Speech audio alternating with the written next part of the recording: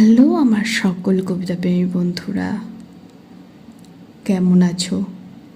সবাই নিশ্চয়ই খুব ভালো আছো।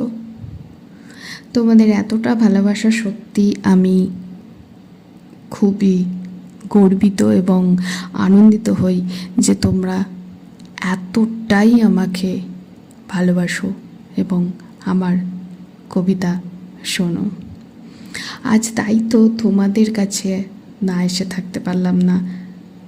আজ নিয়ে এসেছি আরেকটি নতুন আবৃত্তি। অবশ্যই আমাদের কবিগুরুর লেখা, কবিগুরু রবীন্দ্রনাথ ঠাকুরের লেখা কবির বয়স। শুরু করি তাহলে।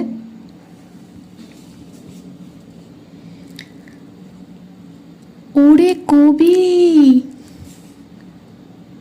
সন্ধ্যা হয়ে এলো, কেশে তোমার ধরেছে যে পাক, বসে বসে ঊর্ধ্ব পানে চেয়ে শুনতেছ কি পরকালের ডাক? কবি কহে সন্ধ্যা হলো বটে,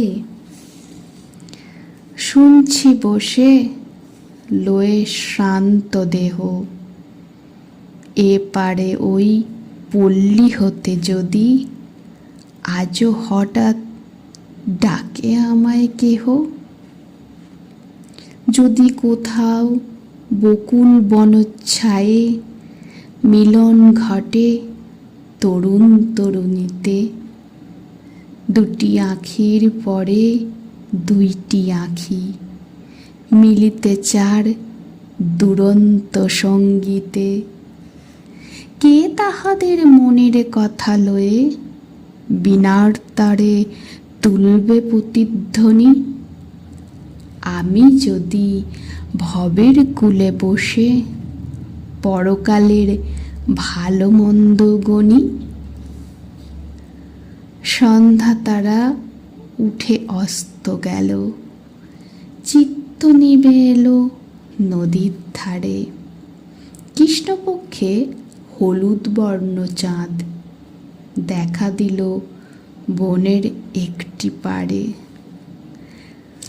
শৃগাল সভা ডাকে ঊর্ধ্ব রবে, পোড়ো বাড়ির শূন্য আঙিনাতে, এমন কালে কোনো গৃহত্যাগী হেতায় যদি জাগতে আসে রাতে,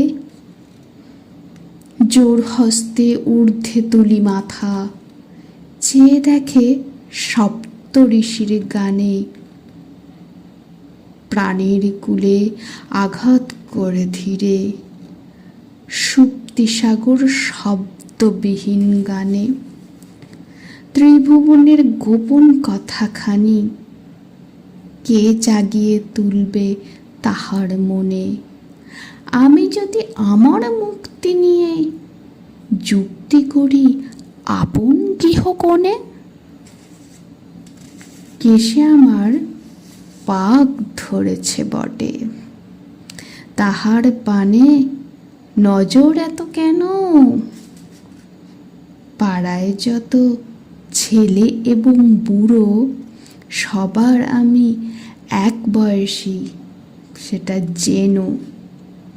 ওষ্ঠে কারো সবল সাদা হাসি, কারো হাসি আখির কোণে কোণে, কারো অশ্রু উছলে পড়ে যায়, কারো অশ্রু শুকায় মনে মনে, কেউ বা থাকে ঘরের কোণে দোহে, জগৎ মাঝে কেউ বা হাঁকায় রথ, কেউ বা মরে একলা ঘরের শোকে, জনারণ্যে কেউ বা হারায় পথ, সবই মোরে করেন ডাকাডাকি, কখন শুনি পরকালের ডাক?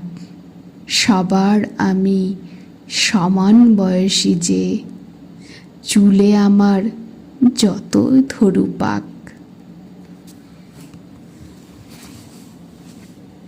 কণ্ঠে শ্রাবন্তী সাহা। এই ছোট্ট রিসাইটেলটি সকলে অবশ্যই শুনবেন, অনুরোধ রইল। এবং যদি ভালো লেগে থাকে একটা ছোট্ট লাইক, কমেন্ট এবং শেয়ার করতে ভুলবেন না। এখানেই শেষ করি। নমস্কার।